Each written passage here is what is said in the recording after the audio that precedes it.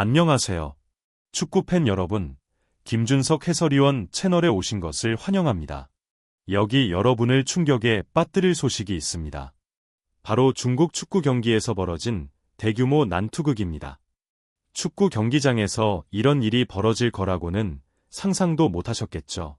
경기는 스포츠 정신 아래에서 펼쳐져야 하는데 이번에는 완전히 난장판이 되어버렸습니다.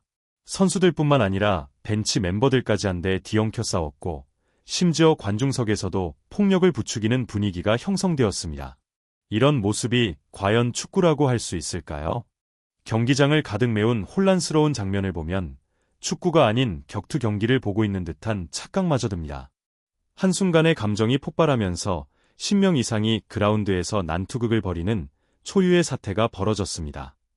경기가 아니라 마치 전쟁터 같았죠. 하지만 우리가 한 가지 분명히 해야 할 것이 있습니다. 같은 아시아 축구라 하더라도 모든 나라가 이런 모습을 보이는 것은 아닙니다. 대한민국 축구는 K리그를 비롯해 국가대표팀까지 오랜 시간 동안 공정한 경기와 스포츠 정신을 중요하게 여겨왔습니다. 선수들은 승리를 위해 온 힘을 다하지만 그 과정에서 페어플레이를 잊지 않습니다. 반면 중국 축구는 어떨까요? 이번 사건에서 보듯이 기본적인 경기 매너조차 지켜지지 않는 모습이 세계적으로 논란이 되고 있습니다. 선수들이 감정을 주체하지 못하고 거친 플레이를 일삼는다면 중국 축구가 국제 무대에서 경쟁력을 갖추는 것은 요원한 일일 것입니다. 오늘 영상에서는 이 충격적인 사건의 전말을 자세히 분석하고 대한민국 축구와 비교하며 그 차이점을 짚어보겠습니다. 여러분, 끝까지 함께해 주세요. 경기의 분위기가 급변한 것은 후반 38분이었습니다. 그때까지는 평범한 축구 경기처럼 보였습니다. 하지만 바로 그 순간 산시팀의 미르자트 알리가 믿을 수 없는 행동을 저질렀습니다. 상대 팀 골키퍼의 발목을 거칠게 짓밟았던 것입니다. 축구 경기에서 상대 선수의 발목을 밟는 것은 심각한 반칙입니다. 게다가 골키퍼는 가장 보호받아야 할 포지션이 아닙니까? 하지만 미르자트 알리는 자신의 행동을 전혀 신경 쓰지 않는 듯했습니다. 여기서 끝이 아니었습니다. 그는 공을 잡기 위해 또다시 무리한 태클을 시도했고 상대팀의 수비수 한 명을 그대로 넘어뜨렸습니다. K리그에서 이런 장면이 나오는 것을 본 적이 있습니까? 절대 없습니다. 한국 축구에서는 선수들이 강한 승부욕을 가지고 뛰지만 기본적인 스포츠 정신과 페어플레이를 잊지 않습니다. 그러나 이 경기는 달랐습니다. 이런 무리한 행동에 광시 팀 선수들이 분노하는 것은 당연한 일이었습니다. 그리고 결국 한 광시 선수가 참지 못하고 미르자트 알리를 향해 강하게 태클을 했습니다. 하지만 문제는 여기서부터였습니다. 한 선수의 감정적인 행동이 경기 전체를 혼란 속으로 빠뜨린 것입니다. 불과 몇 초 만에 양팀 선수들이 서로 달려들었고 심지어 벤치에서 대기하던 선수들과 코칭 스태프까지 그라운드로 뛰어들었습니다. 이 순간부터 경기는 완전히 통제 불능 상태가 되었습니다. 주심이 경기를 중단하려 했지만 아무도 휘슬 소리를 신경 쓰지 않았습니다. 일부 선수들은 서로 주먹을 휘두르기까지 했고 발길질도 오갔습니다. 축구 경기장에서 이런 일이 벌어지다니 믿어지십니까? 하지만 여기서 더 충격적인 장면이 등장했습니다. 샨시의 한 선수가 격분한 나머지 공을 강하게 걷어찼는데 그 공이 향한 곳이 어디였을까요? 바로 관중석이었습니다. 경기장에서 폭력이 벌어지는 것도 모자라 이제는 관중들에게까지 위협을 가한 것입니다. 경기장에 있던 팬들은 충격에 빠졌고 일부 관중들은 오히려 이런 장면을 환호하며 분위기를 더 악화시키기도 했습니다. 도대체 이것이 축구 경기에서 벌어질 일입니까? 축구는 아름다운 스포츠입니다. 선수들의 전략과 기술, 그리고 팬들의 열정이 어우러져 멋진 경기를 만들어내는 것이 축구의 본질입니다. 하지만 이번 사건에서 볼 수 있듯이 중국 축구는 그 본질을 완전히 잃어버린 모습이었습니다. 이런 모습이 반복된다면 중국 축구가 국제 무대에서 경쟁력을 갖추는 것은 불가능할 것입니다. 반면 대한민국 축구는 어떻습니까?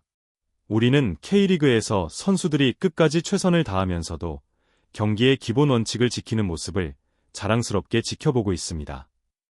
국가대표팀 역시 국제 경기에서 페어플레이 정신을 실천하며 대한민국 축구의 품격을 보여주고 있습니다. 바로 이것이 우리가 자랑하는 대한민국 축구입니다. 대한민국 축구 팬 여러분, 여러분은 이런 모습을 어떻게 생각하시나요? 우리는 K리그와 국가대표팀을 통해 진정한 축구의 가치를 지켜나가야 합니다. 지난 수년간 아시아 축구에서 대한민국과 중국의 차이는 점점 더 분명해지고 있습니다. 특히 국제 무대에서 대한민국 축구는 뛰어난 조직력과 전략적인 플레이로 인정받고 있습니다. 손흥민, 김민재, 이강인, 이들은 단순한 스타가 아닙니다. 이들은 대한민국 축구의 자부심이자 아시아 축구의 위상을 세계에 알리고 있는 선수들입니다. 이제 중국 축구를 한번 돌아볼까요? 현실은 어떻습니까? 최근 중국에서 벌어진 이 난투극이 그 해답을 보여줍니다. 중국 축구는 여전히 혼란스럽고 경기장에서는 규율이 무너지고 있습니다. 축구는 기술과 전략, 그리고 스포츠 정신으로 승부를 겨루는 경기입니다. 하지만 중국에서는 여전히 폭력적인 사건과 논란이 끊이질 않고 있습니다. 이런 모습으로 과연 국제 무대에서 경쟁할 수 있을까요? 비교를 위해 K리그와 중국 프로축구 리그를 나란히 놓고 생각해 봅시다. K리그는 수준 높은 전술과 세밀한 경기 운영으로 평가받고 있으며 매 시즌 치열한 경쟁이 펼쳐집니다. 반면 중국 축구 리그는 돈을 쏟아부었음에도 불구하고 선수들의 기본적인 경기 태도조차 문제가 되고 있습니다. 세계적인 선수들을 영입한다고 해서 축구가 발전하는 것은 아닙니다. 철저한 유소년 시스템, 체계적인 리그 운영, 그리고 선수들의 프로 의식이 있어야 진정한 발전이 이루어질 수 있습니다. 이번 사건을 보면서 여러분은 어떤 생각이 드십니까? 한쪽에서는 공을 향해 온 힘을 다해 달려가는 대한민국 선수들이 있습니다. 반면 다른 한쪽에서는 상대를 발로 차고 싸움을 벌이고 공을 관중석으로 차버리는 선수들이 있습니다. 과연 어떤 나라의 축구가 아시아를 대표해야 할까요? 대답은 너무나도 명확합니다. 대한민국 축구는 계속해서 성장하고 있습니다. K리그는 점점 더 강해지고 있으며 해외에서 활약하는 우리 선수들은 세계적인 무대에서 경쟁력을 증명하고 있습니다. 반면 중국 축구는 이런 사건들로 인해 오히려 후퇴하고 있습니다. 우리는 분명한 메시지를 전하고 싶습니다.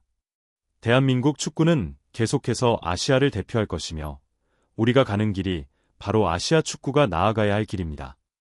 중국 언론마저 이번 사건을 두고 중국 축구의 오점이라고 표현했습니다. 맞는 말입니다. 이 사건은 단순한 경기 내 충돌이 아니라 중국 축구가 안고 있는 근본적인 문제를 그대로 드러낸 사건입니다. 규율이 무너지고 스포츠 정신은 사라졌습니다. 그리고 이 부끄러운 장면은 오랫동안 중국 축구의 역사에 남을 것입니다. 하지만 우리는 자부심을 가질 수 있습니다. 대한민국 축구에서는 이런 장면을 찾아볼 수 없습니다. K리그를 비롯한 국내 리그는 철저한 경기 운영과 규율 속에서 이루어지고 있으며 선수들은 프로다운 자세로 경기에 임합니다. 우리 축구는 단순한 경기 그 이상입니다. 그것은 국가의 자존심이며 우리가 세계 무대에서 보여주는 얼굴입니다. 대한민국 대표팀이 국제 무대에 설 때 우리는 단순히 축구를 하는 것이 아닙니다. 우리는 대한민국의 정신을 보여줍니다. 우리는 강한 정신력과 조직력, 그리고 세계를 놀라게 할 실력을 가지고 있습니다. 손흥민, 김민재, 이강인과 같은 선수들이 세계 정상급 무대에서 활약하는 것은 결코 우연이 아닙니다. 여러분, 우리는 앞으로도 대한민국 축구를 자랑스럽게 여길 것입니다. 그리고 계속해서 응원할 것입니다. 우리 대한민국 축구가 세계 최고의 자리에 오를 수 있도록 함께 응원해주세요. 오늘도 시청해주셔서 감사합니다.